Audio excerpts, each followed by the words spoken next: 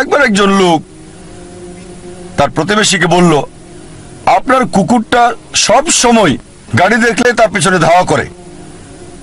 ভাবছি এই কুকুরটা কখনো কি গাড়িটাকে ধরতে পারবে? প্রতিবেশী উত্তর দিল, কোনো গাড়িকে ধরতে পারবে কিনা সেটা নিয়ে ভাবছি না, আমি ভাবছি গাড়িটা ধরতে পারলে কুকুরটা তখন কি করবে।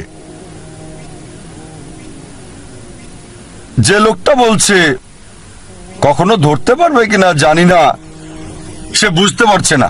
আর প্রতিবেশী কুকুরটার মালিক, সে কিন্তু বুঝতে পারছে গাড়িটাকে ধরতে পারলে সে কুকুরটা তখন কি করবে। এখানে কুকুরটার উদ্দেশ্যটা কি? দুর্ভাগ্যজনকভাবে আমাদের অনেকেই আমাদের জীবনটাকে এভাবেই পার করে দিচ্ছি, এই কুকুরটার মতোই। লোকজন গ্র্যাজুয়েশন করে, তাদের জিজ্ঞেস করবেন আপনি গ্র্যাজুয়েশন করছেন কেন? তারা কারণটা জানে না। কারণটা এই যে তারা গ্র্যাজুয়েট হতে চায়। গ্র্যাজুয়েশন শেষ করে আপনি কি করবেন সে বলল আমি জানি না। আমাদের বেশিরভাগই জীবনটাকে পার করছি গন্তব্য ছাড়া লোকটার মতো, অথবা সেই কুকুরটার মতো যে গাড়িকে ধরতে পেছনে ছুটছে কোনো উদ্দেশ্য ছাড়াই। আমাদের অনেকেই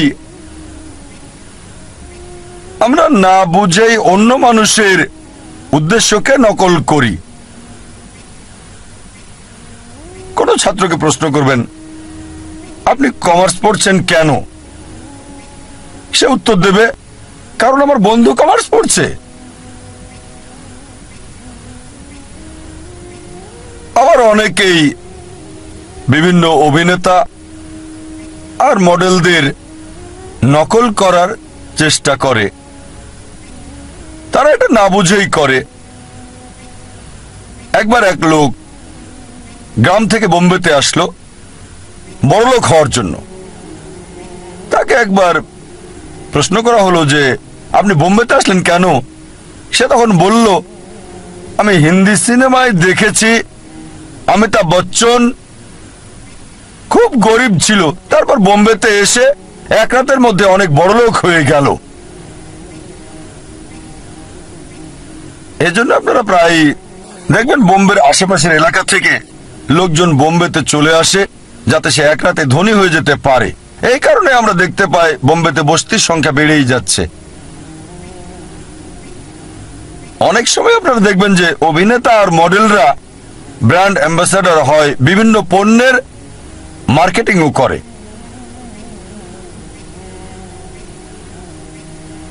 একজন একটা নতুন গাড়ি কিনলো, হুন্ডাই i10। তাকে প্রশ্ন করা হলো আপনি এই গাড়িটা পছন্দ করলেন কেন? Hyundai i10। সে বলল আমার প্রিয় অভিনেতা শাহরুখ খান, তার একটা হুন্ডাই i10 আছে। আমি জানি না যে শাহরুখ খান ওই অ্যাড ছাড়া আর কখনো হুন্ডাই i10-এ বসেছেন কি না। তিনি হয়তো চালান মার্সিডিজ অথবা BMW অথবা এরকম কিছু। আমার সন্দেহ তার i10 আছে কিনা। শাহরুখ খান মডেল হয়েছেন ঘড়ির, ট্যাগ হিওর ঘড়ির, তিনি ব্র্যান্ড অ্যাম্বাসেডর এই বিখ্যাত ট্যাগ হিওর ঘড়ির। আর আমরা দেখি যে অনেক ভক্তই তার এই ঘড়ি কিনে থাকে। এখন শাহরুখ খানের অভিনয়ের সাথে এই ট্যাগ হিওরের সম্পর্কটা কি? এই ট্যাগ হিওর ঘড়িটা কি তার অভিনয়ের ক্ষেত্রে কোনো সাহায্য করে যাচ্ছে? আমার তো মনে হয় শাহরুখ খান বিখ্যাত হওয়ার পরে এই ট্যাগ হিওর ঘড়ি পরেছেন। এরকম বিভিন্ন উপায়ে মিডিয়ায় পণ্যের মার্কেটিং করা হয়। আর দুর্ভাগ্যজনকভাবে আমরা অন্য মানুষকে নকল করার চেষ্টা করি, বেশিরভাগ সময় কিছু না বুঝেই। আপনাদের কি মনে হয় কে প্রশ্নের সঠিক উত্তরটা দিতে পারবেন যে পৃথিবীতে আমাদের জীবনের উদ্দেশ্যটা কি? কে? ডাক্তার জাকির নায়েক পারবেন? অবশ্যই এর উত্তর হবে না। তাহলে কি বিজ্ঞানীরা এই প্রশ্নের উত্তর দিতে পারবেন? এবার উত্তর না। তাহলে কি দার্শনিকরা এর উত্তর দিতে পারবেন? তারাও পারবেন না। এই প্রশ্নের সবচেয়ে সেরা উত্তর যে আমাদের জীবনের উদ্দেশ্যটা কি, এর উত্তর দিতে পারবেন আমাদের স্রষ্টা সর্বশক্তিমান আল্লাহ সুবহানাহু ওয়া তাআলা। আমার লেকচারের শুরুতে পবিত্র কোরআনের একটা আয়াত বলেছিলাম, সূরা জারিয়াত অধ্যায় 51 আয়াত 5 ও 6। এখানে আল্লাহ বলেছেন, ওয়ামা খালাকতুল জিন্না ওয়াল ইনসা ইল্লা লিয়াবুদুন, আমি জিন এবং মানুষকে সৃষ্টি করেছি আমার ইবাদতের জন্য। জিন এবং মানুষকে সৃষ্টি করেছি শুধু আমার ইবাদতের জন্য। এখানে আরবি শব্দ হচ্ছে ইবাদা, মূল শব্দ আব্দ থেকে এসেছে, যার অর্থ চাকর, এর মানে দাস। ইবাদা মানে নির্দেশ পালন, মানে গোলামি, এর মানে অনুগত, সমর্পণ করা। সংক্ষেপে ইবাদা মানে গোলামি বা আল্লাহ সুবহানাহু ওয়া তাআলার নির্দেশ মান্য করা। আমাদের স্রষ্টা সর্বশক্তিমান আল্লাহর যা কিছু আল্লাহ সুবহানাহু ওয়া তাআলা সর্বশক্তিমান আল্লাহ নির্দেশ দিয়েছেন আমরা মানি, এটাই হচ্ছে ইবাদা, এটাই প্রার্থনা। যেমন ধরেন আল্লাহ সুবহানাহু ওয়া তাআলা বলেছেন 5টি পিলার মানতে হবে। যদি তাওহীদে বিশ্বাস করেন যে কোনো উপাস্য নেই আল্লাহ ছাড়া, তাহলে ইবাদত করছেন, আপনি আল্লাহর উপাসনা করছেন। যদি প্রার্থনা করেন, সালাহ আদায় করেন, আপনি ইবাদত করছেন, আল্লাহ সুবহানাহু ওয়া তাআলার উপাসনা করছেন। যদি যাকাত দেন, বাধ্যতামূলক দান, ইবাদত করছেন, আল্লাহ সুবহানাহু ওয়া তাআলার উপাসনা করছেন। যদি রোজা রাখেন, ইবাদত করছেন, আল্লাহ সুবহানাহু ওয়া তাআলার উপাসনা করছেন। আল্লাহ কোরআনে বলেছেন যে প্রতিবেশীর হক আদায় করতে হবে, তাই যদি প্রতিবেশীর হক আদায় করেন, যেহেতু কোরআন বলছে সূরা মাউন অধ্যায় 107 আয়াত 7, তাহলে ইবাদত করছেন, আল্লাহ সুবহানাহু ওয়া তাআলার উপাসনা করছেন। যদি বিরত থাকেন যেগুলো থেকে সর্বশক্তিমান স্রষ্টা আল্লাহ সুবহানাহু ওয়া তাআলা বিরত থাকতে বলেছেন, তাহলে আপনি ইবাদত করছেন। যদি মদপান থেকে বিরত থাকেন, আপনি ইবাদত করছেন। যদি শুকর না খান, তাহলে আপনি ইবাদত করছেন, আল্লাহ সুবহানাহু ওয়া তাআলার উপাসনা করছেন। যদি বিরত থাকেন চুরি করা থেকে, ধোঁকা দেওয়া থেকে, মিথ্যে বলা থেকে, আপনি ইবাদত করছেন, আল্লাহ সুবহানাহু ওয়া তাআলার উপাসনা করছেন। সংক্ষেপে আল্লাহ সুবহানাহু ওয়া তাআলার নির্দেশ মান্য করলে, নিজের ইচ্ছাকে আল্লাহর কাছে সমর্পণ করলে আপনি ইবাদত করছেন, আপনি আল্লাহ সুবহানাহু ওয়া তাআলার উপাসনা করছেন। আর মানুষের প্রতিটি কাজই ইবাদত বললে গণ্য হবে যদি দুটি শর্ত মানেন। এক নম্বর হচ্ছে কাজটি করা হবে কেবলমাত্র আমাদের স্রষ্টা আল্লাহ সুবহানাহু ওয়া তাআলার সন্তুষ্টির জন্য। 2 নম্বর হচ্ছে কাজটি করা হবে সুন্নাহ অনুসারে, সর্বশেষ এবং চূড়ান্ত নবী মুহাম্মদ সাল্লাল্লাহু আলাইহি সাল্লাম যেভাবে করেছেন। যদি আপনার কাজে এই দুটো বিষয় থাকে, প্রতিটি কাজই ইবাদতের অন্তর্ভুক্ত হয়ে যাবে, প্রার্থনা বলে গণ্য হবে। যখন কোনো যন্ত্র কিনেন, সেই যন্ত্রের সাথে একটা নির্দেশিকা বই দেওয়া হয়। যদি আপনি মানুষকে মেশিন বলে ধরেন, তাহলে একমত হবেন যে মানুষ হচ্ছে সবচেয়ে জটিল মেশিন এই পৃথিবীর বুকে। আপনার কি মনে হয় না এই মানুষের জন্য এই মেশিনের নির্দেশিকা বই দরকার আছে? মানুষের জন্য সর্বশেষ এবং চূড়ান্ত নির্দেশিকা বই হচ্ছে পবিত্র কোরআন। পবিত্র কোরআন আল্লাহ সুবহানাহু ওয়া তাআলার সর্বশেষ এবং চূড়ান্ত নির্দেশ, যা সর্বশেষ ও চূড়ান্ত নবী মুহাম্মদ সাল্লাল্লাহু আলাইহি ওয়াসাল্লামকে দেওয়া হয়েছে। সর্বশেষ ও চূড়ান্ত নির্দেশিকা মানব জাতির জন্য। কোনটা করবে আর করবে না, কিভাবে একজন মানুষ জীবনযাপন করবে, তা দেওয়া আছে এই নির্দেশিকা বই পবিত্র কোরআনে।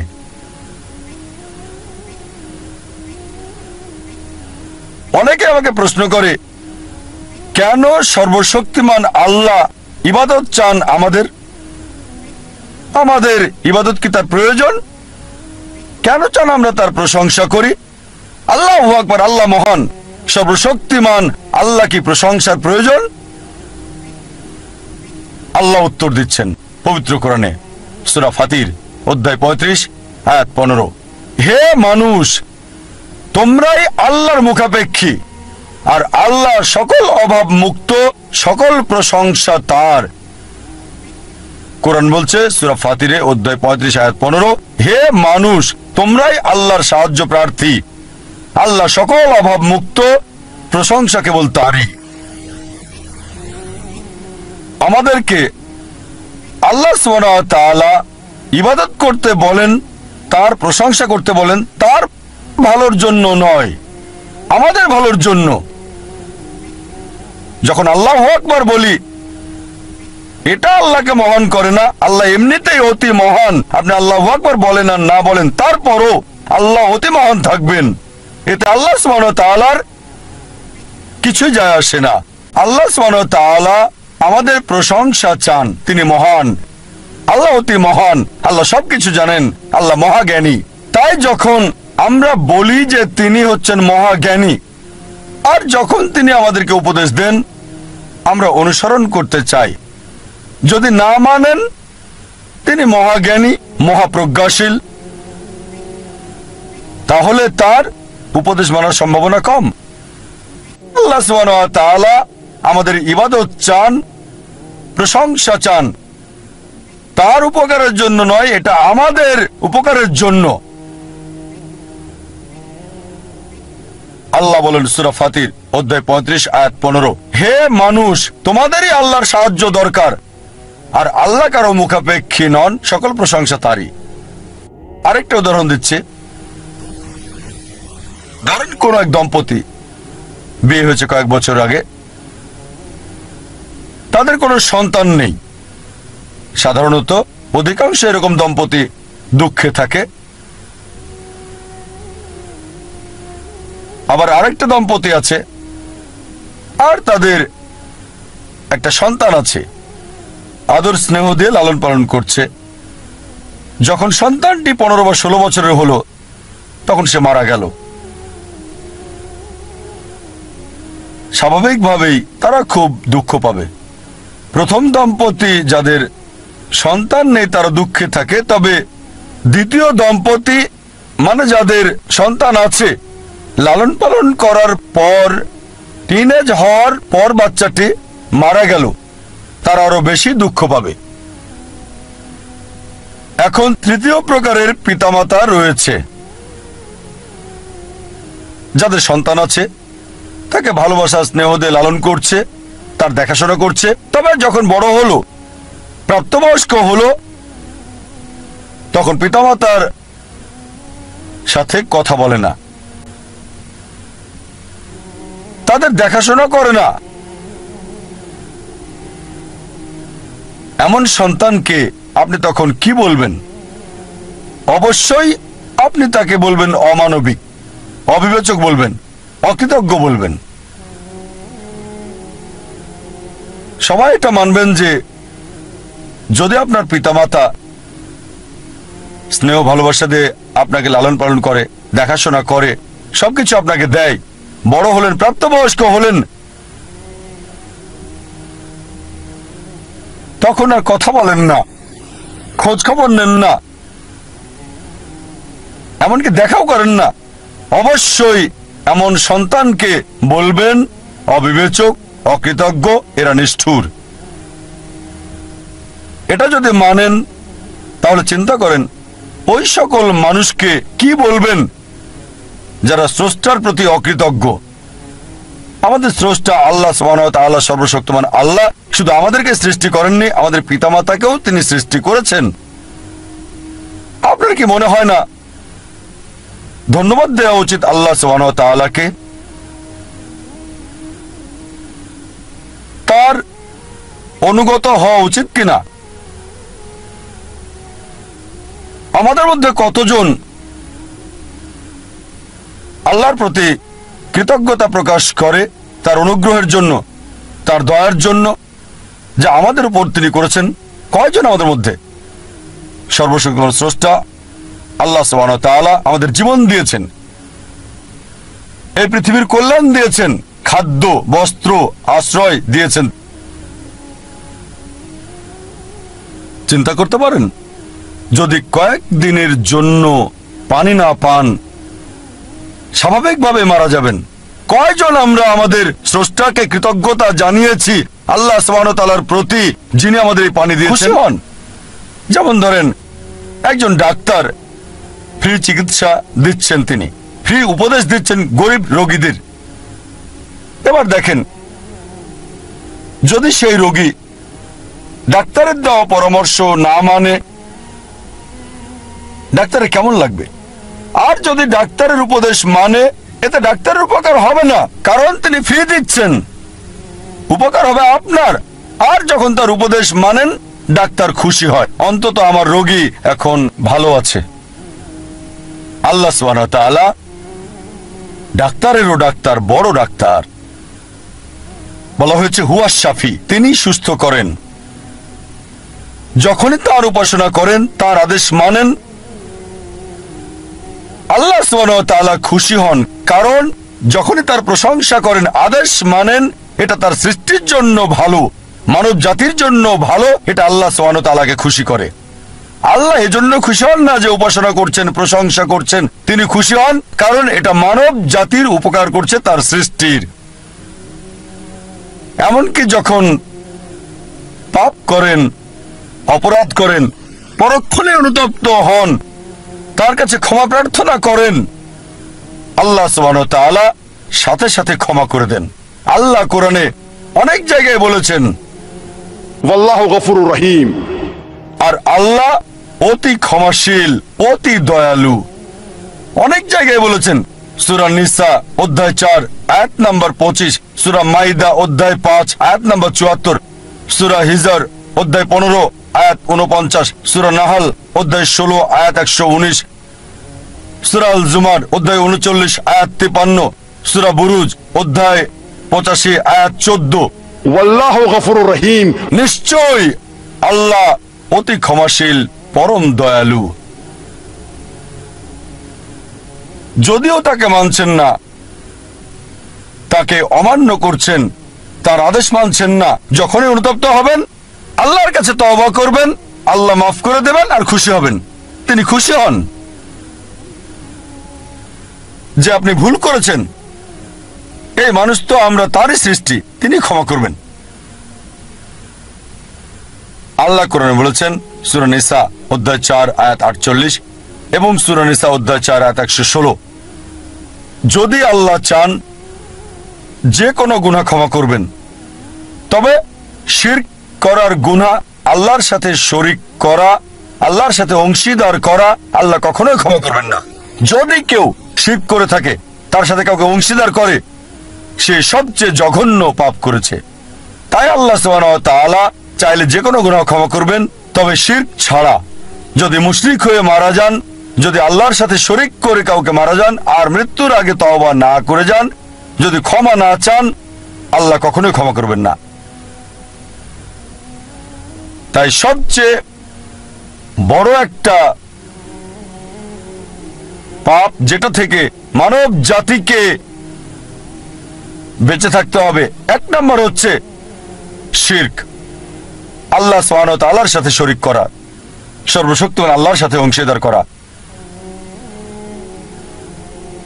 লোকজন প্রায় জিজ্ঞেস করে, আমরা বুঝলাম আল্লাহ মানুষ সৃষ্টি করেছেন ইবাদতের জন্য। অনেকেই বলে থাকে, ও এই লোকটি ফেরেশতা। এর দুটো মানে হয়, একটা হতে পারে অপমান করা, কারণ মানুষ ফেরেশতার চেয়ে উত্তম। আবার এর মানে হতে পারে আপনি মানুষ, আপনাকে স্বাধীন ইচ্ছা দেওয়া হয়েছে, আর আপনি আল্লাহর নির্দেশ মানছেন ফেরেশতাদের মতো, এটাই আপনাকে শ্রেষ্ঠ করেছে। একজন মানুষ ফেরেশতার মতো আল্লাহকে মানছে, এটাই তার মর্যাদা বৃদ্ধি করে দেয়। আর যদি আল্লাহ সুবহানাহু ওয়া তাআলাকে অমান্য করেন, যদি তার নির্দেশ না মানেন, তাহলে আপনি শয়তানের সহযোগী হচ্ছেন, শয়তান হয়ে যাচ্ছেন।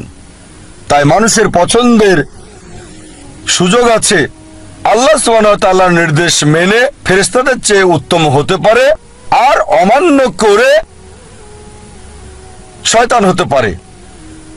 পছন্দ আপনার।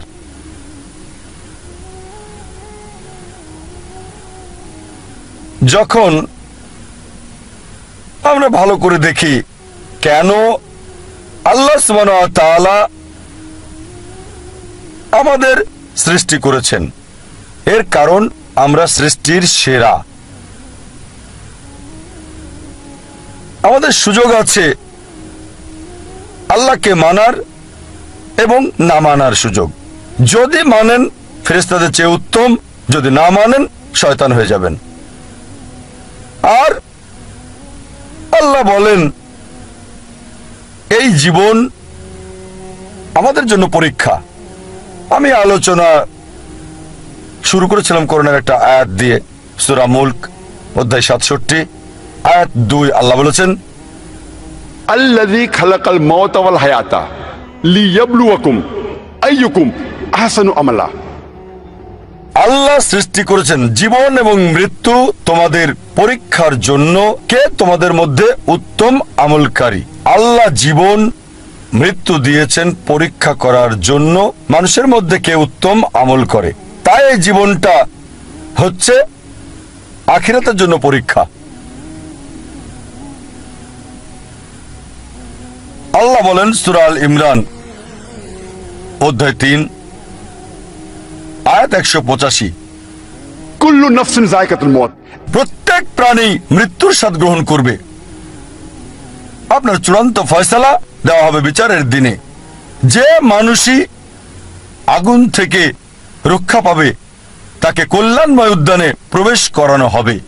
জীবনের উদ্দেশ্যে যে মানুষ সফল হয়েছে, অবশ্যই দুনিয়ার এই জীবন ছলনা ছাড়া আর কিছুই না। আল্লাহ কোরআনে বলেন সূরা বাকারা অধ্যায় 2 আয়াত 155, নিশ্চিত যেন আমি তোমাদেরকে পরীক্ষা করব ভয় দিয়ে, ক্ষুধা দিয়ে, অথবা সম্পদের ক্ষতি দিয়ে, জানের ক্ষতি দিয়ে, জমিনের ক্ষতি দিয়ে, তাদের জন্য সুসংবাদ যারা ধৈর্য ধারণ করে। আল্লাহ সুবহানাহু ওয়া তাআলা আমাদের জীবন মৃত্যু সৃষ্টি করেছেন পরীক্ষা করার জন্য, যে মানুষের মধ্যে কে উত্তম আমলকারী। আর অবশ্যই আল্লাহ পরীক্ষা করবেন ভয় দিয়ে, ক্ষুধা দিয়ে, মালের ক্ষতি দিয়ে, জীবনের ক্ষতি দিয়ে, আর সারা জীবনের অর্জন দিয়ে, ফসলের ক্ষতি দিয়ে বিভিন্ন মানুষকে বিভিন্নভাবে পরীক্ষা করেন। আল্লাহ কোরআনে বলেন যে আল্লাহ সুবহানাহু ওয়া তাআলা কিছু কিছু মানুষকে বেশি অনুগ্রহ করে থাকেন অন্যদের তুলনায়। আল্লাহ কোরআনে বলেন সূরা আনাম অধ্যায় 6 আয়াত 165, যে তিনি কিছু মানুষকে বেশি মর্যাদা দিয়েছেন অন্যদের উপরে, আর তিনি কিছু মানুষকে বেশি সুযোগ দেন, এভাবে তাদেরকে পরীক্ষা করে থাকেন। তাই যদি আল্লাহ মর্যাদা দেন আর আপনাকে পুরস্কৃত করেন, আপনাকে প্রাচুর্য দেন, প্রস্তুত হন, আল্লাহ আপনাকে পরীক্ষা করছেন। আল্লাহ কোরআনে বলেন সূরা আনফাল অধ্যায় 8 আয়াত 28, যে তোমাদের সম্পদ, তোমাদের সন্তান তোমাদের জন্য পরীক্ষা। যে সম্পদ আল্লাহ আপনাকে দিয়েছেন, যে সন্তান আল্লাহ আপনাকে পরীক্ষা করছেন সেগুলো দিয়ে। আল্লাহ বলেন সূরা মুনাফিকুন অধ্যায় 63 আয়াত নম্বর 9, তোমার সম্পদ আর সন্তান যেন তোমাকে ভুলিয়ে না দেয় সৃষ্টিকর্তা আল্লাহ সুবহানাহু ওয়া তাআলার কথা। আল্লাহ কোরআনে বলেন সূরা আনকাবুত অধ্যায় 29 আয়াত 2, যে মনে করো না মুখে বললেই হবে আমি বিশ্বাস করি আর আল্লাহ পরীক্ষা করবেন না। শুধু মুখে বললে আমি মুসলিম, আমি বিশ্বাসী, আমি মুমিন। আল্লাহ বলছেন কোরআনে, মনে করো না যে আল্লাহ তোমাকে পরীক্ষা করবেন না, আল্লাহ অবশ্যই পরীক্ষা করবেন। আর যদি পরীক্ষায় পাশ করেন আপনি জান্নাতে যাবেন। শুধু মুখে আল্লাহর উপর ভরসা খুবই জরুরি। আল্লাহ কোরআনে বলেন সূরা আল ইমরান অধ্যায় 3 আয়াত 160, যদি আল্লাহ চান কেউ পেছনে ফেলতে পারবে না, আর তিনি সাহায্য না করলে কে আছে এমন যে সাহায্য করবে। আর মুমিন লোকগণ কেবল আল্লাহর উপরে ভরসা করেন।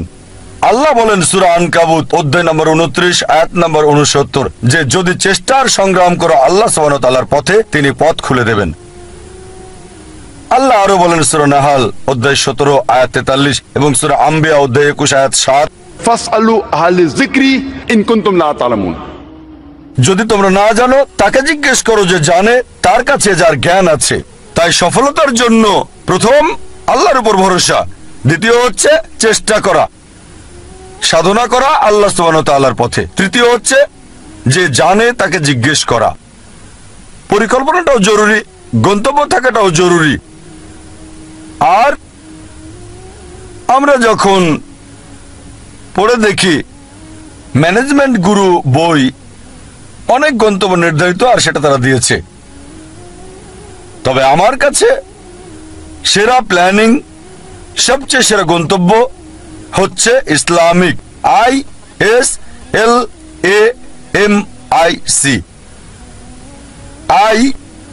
এটা দিয়ে ইসলামিক। আপনার গন্তব্য আল্লাহ সুবহানাহু ওয়া তাআলা এবং নবী মুহাম্মদ সাল্লাল্লাহু আলাইহি সাল্লামের শিক্ষা অনুযায়ী হতে হবে।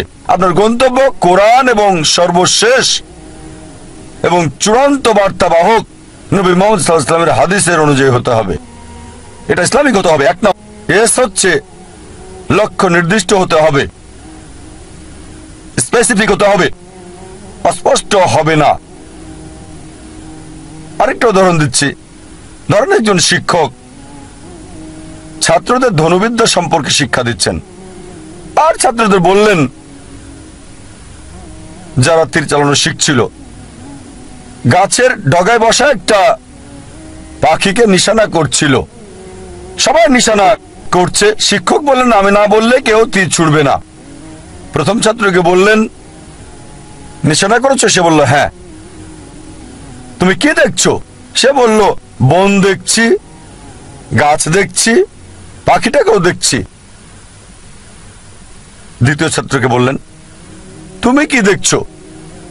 সে বলল স্যার গাছটা দেখছি, গাছের ডাল দেখছি, আর পাখিটাকেও দেখছি। তৃতীয় ছাত্রকে বললেন তুমি কি দেখছো?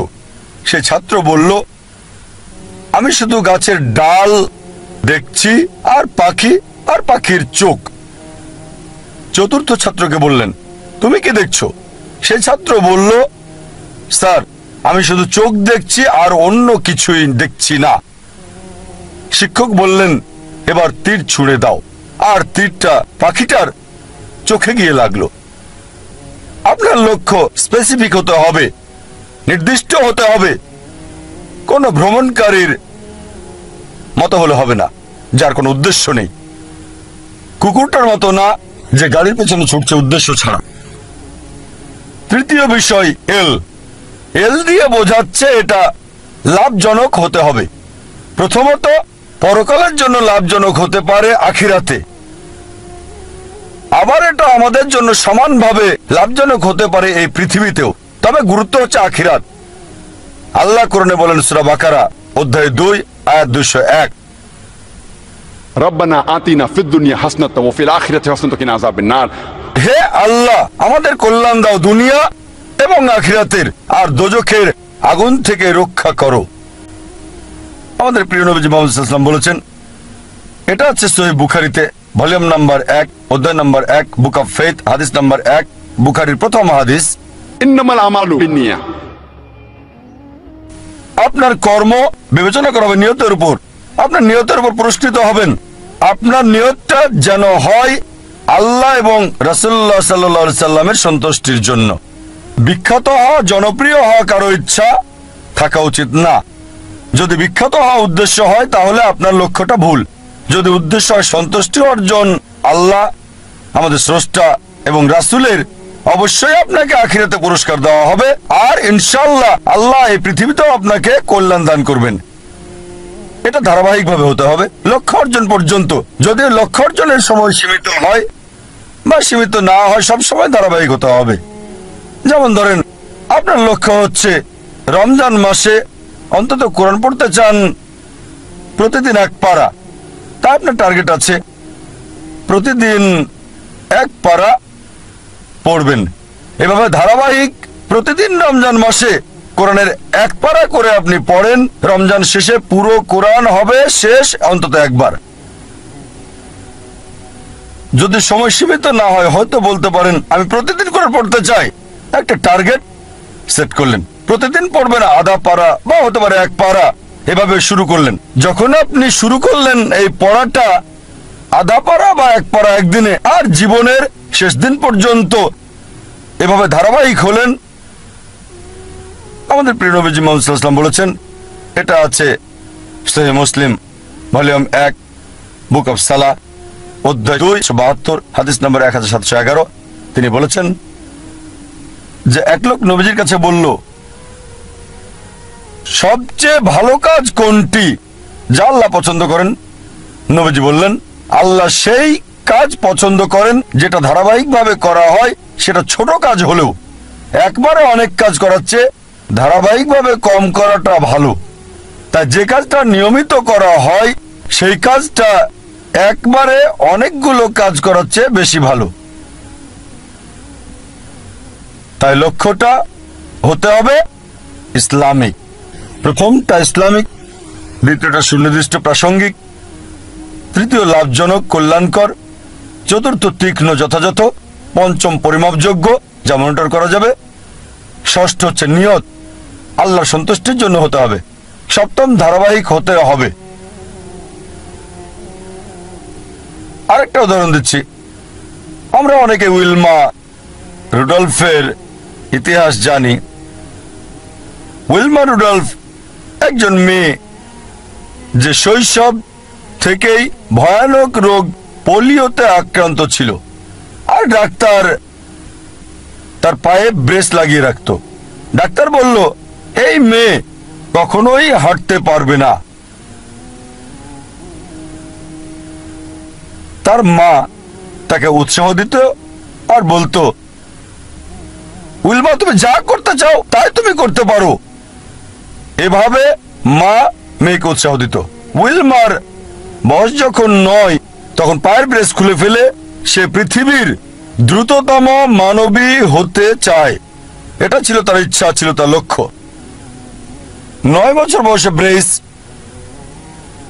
খুলে ফেলার পর 13 বছর বয়সে জীবনের প্রথমবারের মতো দৌড়ে অংশগ্রহণ করল সে, এবং পরাজিত, সবার শেষ অবস্থান। তবে তারপরও সে ধারাবাহিক চেষ্টা চালিয়ে যাচ্ছে, হেরে যাচ্ছে, আবার চেষ্টা করছে। একসময় অলিম্পিকে খেলার যোগ্যতা সে অর্জন করেছে। এটা বাস্তব গল্প, কোনো বানানো গল্প না, মনোরঞ্জনের গল্প না। যখন অলিম্পিকে খেলতে আসলো 1960 সালের অলিম্পিকে মহিলাদের 100 মিটার দৌড়ে সে প্রথম হয়েছিল, স্বর্ণপদক পেল। 200 মিটার দৌড়েও মহিলাদের মধ্যে স্বর্ণপদক পেল। সে 400 মিটার দৌড়েও স্বর্ণপদকটা জয় করে নিল। 100 গুণ 4 মহিলাদের মধ্যে 1960 সালের অলিম্পিকে সে 3টি সোনা জিতেছিল এবং ইতিহাস রচনা করেছিল। একজন প্যারালাইজড, একজন অচল মহিলা, পোলিও আক্রান্ত, সে পৃথিবীর দ্রুততম মানবী হলো 1960 সালের জন্য। আমরা দেখলাম যে উইলমা লক্ষ্য স্থির করেছে। আর যদি ম্যানেজমেন্ট গুরু বই পড়েন, এই বিষয়গুলো তাতে আছে। স্মার্ট গোল বইয়ে আছে, বিস্তারিত আমি বলছি না। তবে চলুন দেখি সে কতটুকু মূল টার্গেট পূর্ণ করেছে ইসলামিক ভাবে। প্রথম হচ্ছে লক্ষ্যটাকে ইসলামিক ছিল, লক্ষ্যটাকে কোরআন সুন্নাহ অনুযায়ী ছিল। তার ব্যক্তিগত জীবন জানি না, তবে এটা জানি সে মুসলিম না। স্রষ্টার জন্য করেছিল কিনা সেটাও জানি না। দ্বিতীয় হচ্ছে লক্ষ্যটাকে নির্দিষ্ট, সে পৃথিবীর দ্রুততম মানবী হতে চেয়েছে। এটা লাভজনক, কল্যাণকর, হ্যাঁ, এই পৃথিবীর জন্য লাভজনক। সুনাম পেয়েছে, সম্মান পেয়েছে। তবে আখিরাতের ব্যাপারে আল্লাহ জানেন, আমি জানি না। আখিরাতে এই অলিম্পিক জয়ের সোনা কোনো কাজে আসবে কিনা। যদি না তা করা হয় আল্লাহ সুবহানাহু ওয়া তাআলার সন্তুষ্টির জন্য।